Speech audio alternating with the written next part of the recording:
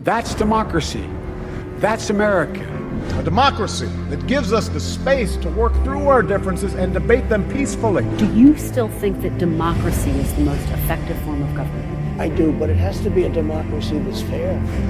This democracy is, I don't consider us to have much of a democracy right now. They indict their political opponent. Free speech is shot because the press is very dishonest. So I think in the US currently, we aren't a true democracy, so I don't necessarily have a direct voice or a direct say in what happens with the government. It's not a fair system because it's not a direct vote. So the popular vote isn't what's counted. It's based on the Electoral College.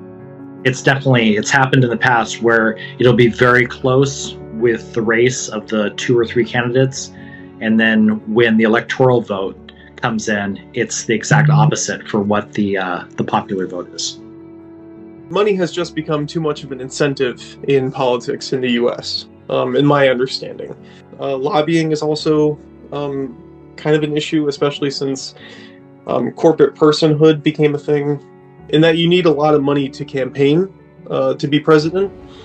And so that naturally will give an advantage to those who already have a lot of money, or who might guarantee interests for corporations or groups that have a lot of money.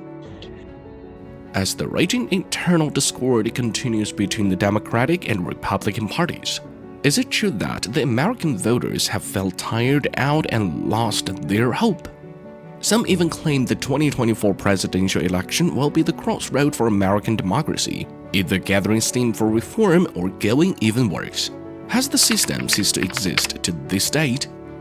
According to the Democracy Index 2023, a global poll on democracy by the Communist Intelligence Unit, EIU, Americans' trust in their system of government is hitting new lows, lower than any time since the EIU categorized America as a flawed democracy in 2016.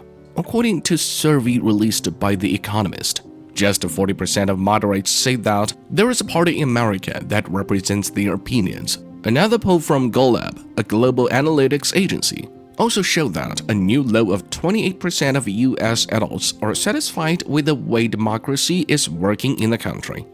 The figure is down from the prior low, 35% measured shortly after the January 6, 2021, attack on the U.S. Capitol by rioters trying to prevent Congress from certifying Joe Biden's victory in the 2020 presidential election. That just stands to be a strong contrast to the fact that America was once seen around the world as a standard bearer for democracy. Besides all this finger-pointing at America, one might be interested to ask, what exactly is a democracy? Does America really count as a democratic country? American democracy on a scale of 1 to 10, I would probably place it somewhere in the region of 5, somewhere just midway. And the reason for that is democracy must be representative of the people's will. I am more in favor of the argument that it is a flawed democracy. In this flawed democracy context, is it fairly critical to know which part of the system has gone wrong? Why did American democracy fail to represent the will of its people? Essentially, it goes deep down to a game of numbers. It does go a significant way towards representing the people's will, but not entirely. As we see, presidents are elected to a very, very powerful office without winning the majority vote in the country even. That is unacceptable, frankly. Additionally, the Senate is highly unbalanced. Each state has 2 senators, gets to pick 2 senators, and there are total 100 senators. California, with a huge population, and Wyoming, with a very tiny population, have the same number of senators, which again, from a numerical perspective, which is the very essence and basics of democracy, violates the basic norms of democracy. We see that not just the game of numbers. The systematic problem in American democracy lies in the growing discrepancy between the 2 parties, which represent different groups of interests. It is a tug of war. The Republican Party makes a great effort quietly in trying to suppress the turnout in elections, in presidential elections particularly. And it goes to great lengths to ensure that certain people are not on the voter rolls.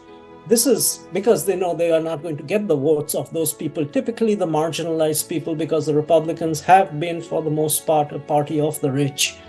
And therefore, it is antithetical to the principle of democracy. Sometimes one major party pushes it too far. There will be a chain reaction. It influences people's lives in legislation, policies, and more. As a citizen, it is really frustrating at times, especially because, you know, part of the politics game has influenced people's lives in a really negative way. For example, with abortion rights. As the 2024 election is drawing closer, it is interesting to find out how the new presidency will inform democracy. Will it be revived? What's the voice coming from the people? I think it's not fair that we have a two-party system at this point, and I think there's other third-party voices that could come in and actually be a better leader in our country. Whereas I think the whole Democrat versus Republican, Biden versus Trump thing, they aren't really the best leaders necessarily for the country and for the world too. But, as the EIU's index demonstrates, American democracy will remain troubled regardless of who wins in November.